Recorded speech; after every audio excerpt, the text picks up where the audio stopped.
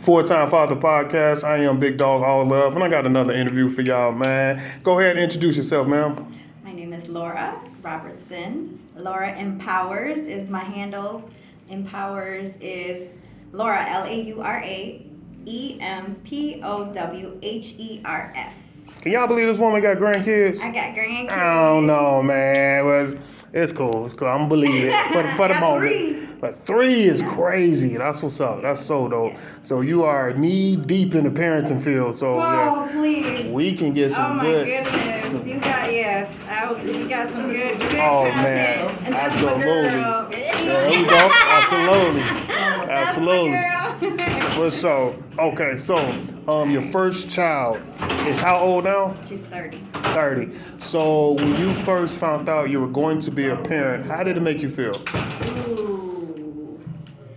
I was excited. I wasn't ready. I was a little too young. I was 19. It's okay. Oh, for sure. I was 19 years old, and I think I was way too young, but I handled it like a trooper. That's what I'm And talking kept about. having kids. That's what I'm talking. It wasn't too bad. You kept going, yes sir. Right. Yes sir. I love it. All right. So to a parent that feels like giving up, what is some advice you would give them? Ooh, man. I talk about that every day.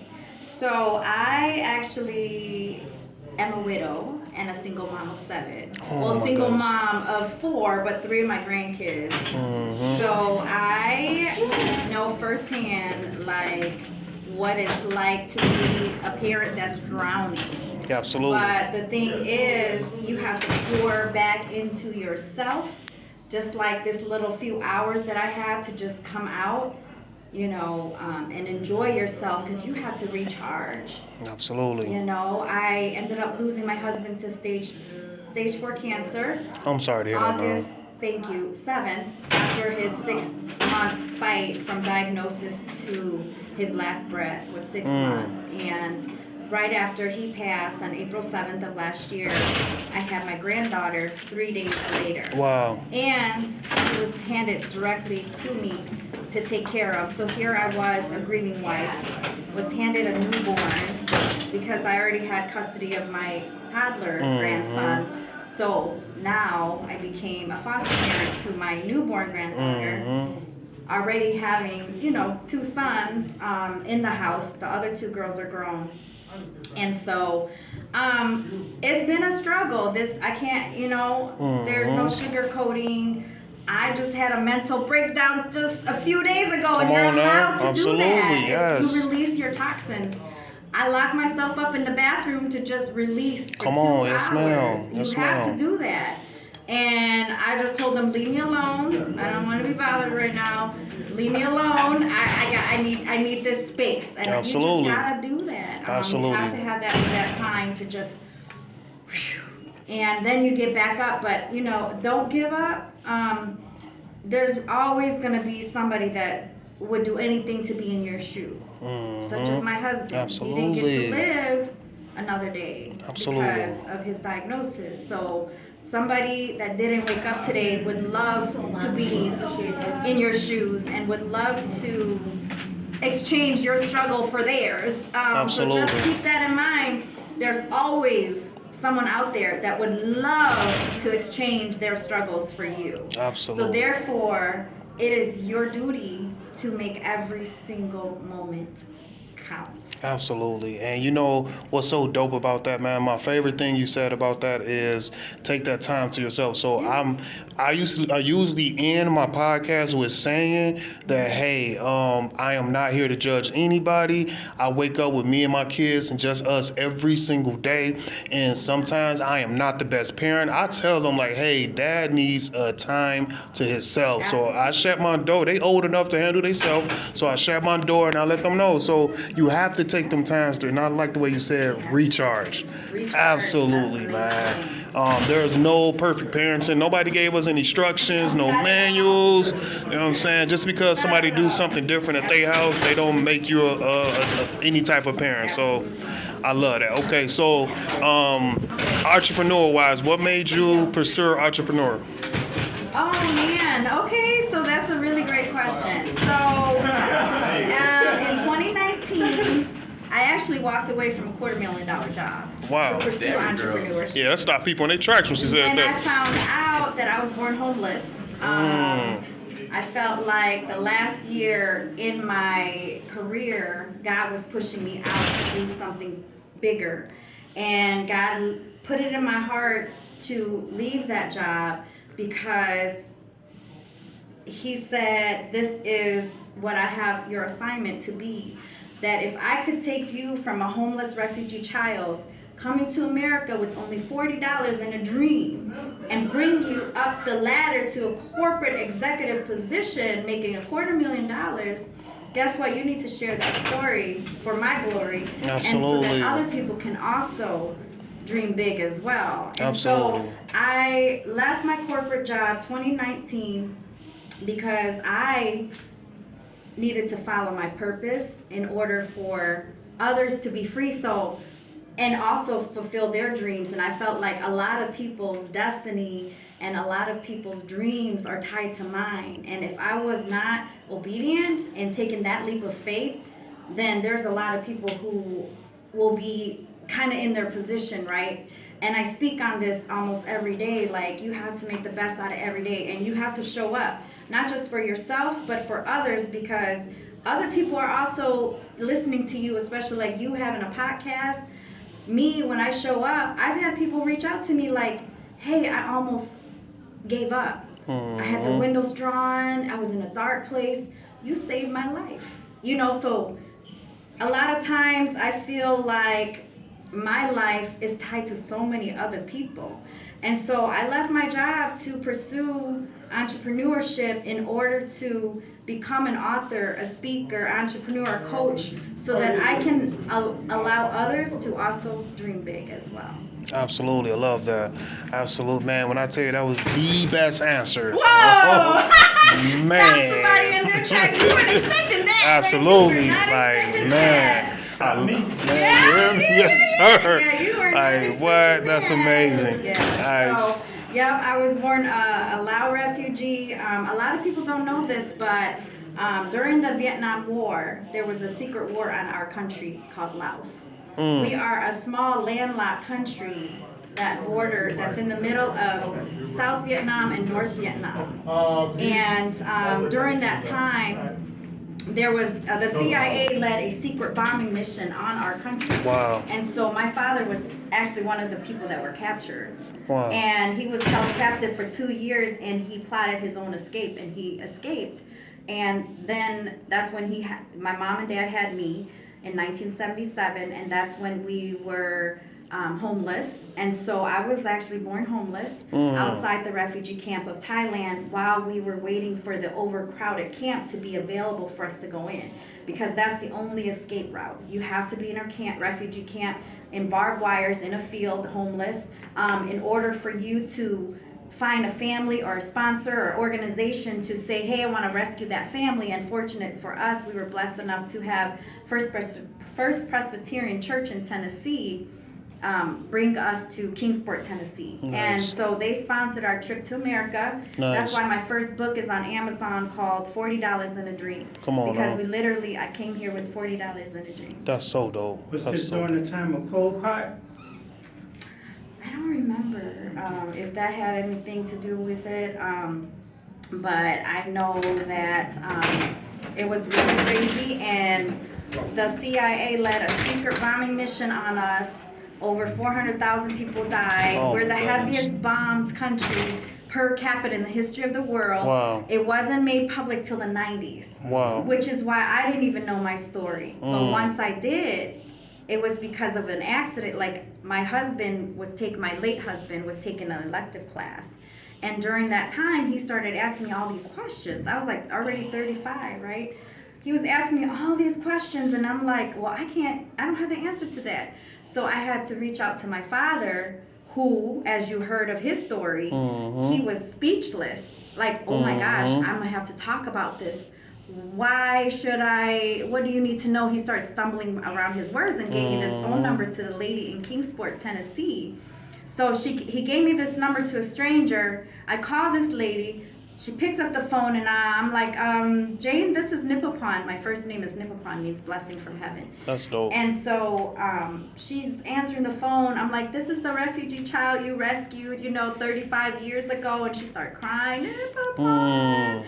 And then she said, give me your address. Give me 7 days. I will grab everything that I can find and mail you what I have. I felt like I was, pulling out articles from like somebody else. It's like a movie. But I literally, that's when my life unraveled. That's when I learned why I had such a troubled childhood, why I'm in America, bullied, being too Asian, right? As a child, being bullied at school, spitballs, chair pulled under me, Chinese, Japanese. Nobody wanted to play with me because I was different. I had hand-me-downs. I was poor. We were broken poor on, public assistance. And then as I got older, I became too Americanized for my own culture, so I had an identity crisis. And so that led me in a destructive path. I mean, I was a gangster. I was a teenage thug. I was almost dropout. Yes, I'm not the same person I was, but back then, yes. I dated the head of the gangbanger, loud posse. He's locked up in jail, calling me collect call. Dad's like, why is my phone bill $300? Yeah, at 15 I was stealing cars. I was doing all sorts of stuff. I smell it on you. Yes. Stealing cars, stealing like everything. So then I ran away. It was too toxic. My dad beat the shit out of me when I stole my uncle's car. Like he had Vietnam flashbacks, So no, seriously, like I had blood clots all in my face. Oh man. He was banging me on the head, and I just like, you know what? Then my mom, I hear her, and she's like, if I knew she was gonna be like this, I would have killed her a long time ago. Oh, so wow. as a teenager, That's you're what you're going through wow. all this. So I got saved by Black Mama. Come on so now. I ran all the way That's to what we Kansas do. City. That's what we do. I learned that. So I have ran away. I thought my uncle would take me in Kansas City. He didn't. And so I'm like, I'm not going back to Chicago. I'm not going back there. And then when my uncle didn't take me in, Mama Sonia took me in, and she pretty much raised me to be who I am today. Like, Shout out to her. Mama Sonia. We were in the Tamara Hall show, nice. Tamara Hall Mother's Day video is on there about her. I gave her a shout out. Nice. But Mama Sonia took me in. She raised me. I had greens for the first time. He changed your life, did it? And she's like, throw some hot sauce in it. Get greens, baby. I'm like, pinto beans, okay, So it was. I have a very unique, interesting story. You definitely do. I do, And so in the midst of all that, I just keep on pushing through. I just keep on doing my best. Every day is not easy. And yeah, like right now, single mom basically of 7, right? Between my kids and grandkids, a widow and a single mom of 7. And so everybody needs something. Absolutely. And it's rough, but I just got to keep my head up and keep on pushing. Right? Absolutely. That's what we got to do. Man, I'm sure you are going to touch many people with this story. I thought I had it. Like, nah, man, what? You know that saying they say that somebody always got a worser? Boy, goddamn, you hear me? Shit. Well, dang, Man, but to see you standing here right now, man, going through all that adversity and just in your glory, you know what I'm saying? Grandmother, looking 30. Yeah, looking I'm 30, but I got 3 grandkids. They live with me. Love that. So I'm pretty much taking care of everybody. It becomes very heavy. Especially as an entrepreneur, because you never know what you're gonna make from day by day. And then with this whole boycott, I have a beauty supply store, and they sitting there like, and they don't even know that you was raised by the homies. Oh no! Hey, let's make this emergency. Hey, she part of the family. You hear me? So this is what happened. So I had seen somebody write, list all the Black-owned beauty supply and da da da. And one of my customers, she probably thought I was Black because I look more like my Black mom than my Asian mom. So they think I'm Blasian, but I'm not. I'm 100% Asian Lao, right? So, but this one tagged me like, hey, this is, Black owned in Elgin. Go support her. And the girl was like, I don't think that's Black. And then, I said, I respect everybody's boycott. Everybody go spend their money where they want to go, but But why cut the hands of the person has the same mission? Absolutely. Like, well, she's like start messaging back like, well, you're eating and being successful off the backs of black women and all this stuff. Oh, I said, yeah. excuse me? No, that's gonna happen. I said, No. excuse me? I said, not necessarily. I give my last dollar to, I said, go look at my salon suite. All those single moms in there, I haven't raised their rent. I don't make any money from them. They make six figures. Mm-hmm. They are Come on now. six-figure stylists. Come on, big She's dog. trying to tell me, she don't know me. She's trying to tell me, you're successful, but what about making us successful? I'm like, go talk to the six-figure stylists that are in my salon. I want to apologize on behalf of some of the ignorant black people that we have in our community. No, seriously though, I can see that easily happen just because we don't know, they don't know what the fuck going on. So when something like that, people's emotions and everything are involved. So if they're going to attack the first thing that they see, especially you know how it is for clicks. Like if it's going to get you some likes or whatever, don't Facebook checks can't get nice. You hear me? So, you know what I mean? I want to apologize for them people, but for me, just meeting this person right now, and from hearing her story, and it sounded like one of Grandma TT, somebody then raised her right. Grandma You hear me? Bessie You hear me? and So Mama Sonia. you heard me, you know what I'm saying? So that's fire, man. All right, so before we get up out of here, go ahead and give some words of encouragement. You know, it's not when stuff is gonna go down or happen. It's not if it's gonna go down and happen. It's when, and it's always gonna be something. You're always gonna be up against something. Somebody's always gonna be hurt. Somebody's always gonna go to the hospital. Somebody's always, you're always gonna struggle, and then you'll have your highs and lows. But you have to keep moving forward because life is limited to what you make it. And if coming from being a homeless loud refugee to being able to be where I'm at today, and you heard my story, what's your excuse? Come on now. What is your excuse? I'm a widow. I'm a single mom of 7 with my 4 grandkids. 3 grandkids, 4 kids. What's your excuse? Come on now. Yeah, you gotta get up. I don't care how hard it is. Get up and go get something. Be happy. Get yourself dressed. Make you feel good. Make the best. Feel good. If you need some beauty tips, come on. I'm a licensed cosmetologist. Come to we call it the Hub of Hope, where we at in Elgin. Come to the Hub of Hope. We will take care of you. We've got therapists. We've got stylists. We've got a content studio. We got a podcast studio. Come share your story. I love that. That's amazing. Everything is right there. So. Oh, yeah. I got a pretty powerful story, too, love. I would love to come to your section and get that going for sure. Absolutely. All right, man. Full-Time Father Podcast, man. We finna get up out of here. We appreciate y'all.